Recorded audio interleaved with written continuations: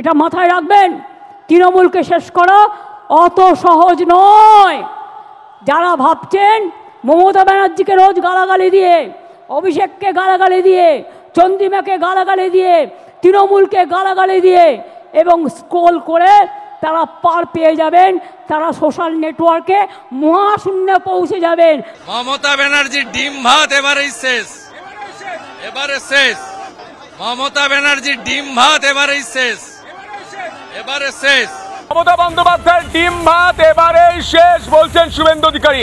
আর মমতা বন্দ্যোপাধ্যায় রোহিঙ্গা রোহিঙ্গা রোহিঙ্গা রোহিঙ্গা করে কার্যত মালা জপছেন, তাদের কথা ভাবছেন, তাদেরকে বাঙালি করার চেষ্টা করছেন। এই শিলিগুড়ির মাটিতে দাঁড়িয়ে সরাসরি প্রশ্ন করতে চাই, আজকে আপনাদের কর্মসূচি ছিল, সেই জায়গায় দাঁড়িয়ে মমতা বন্দ্যোপাধ্যায় ওখান থেকে বলছেন যে আপনারা শূন্য থেকে মহাশূন্যে পৌঁছে যাবেন।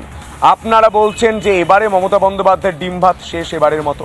তাহলে আপনার হতে কি চলেছে, হচ্ছেটা কি? পরিষ্কার 26-এ তৃণমূলের বিসর্জন হতে যাচ্ছে, আর এটা একদম পরিষ্কার।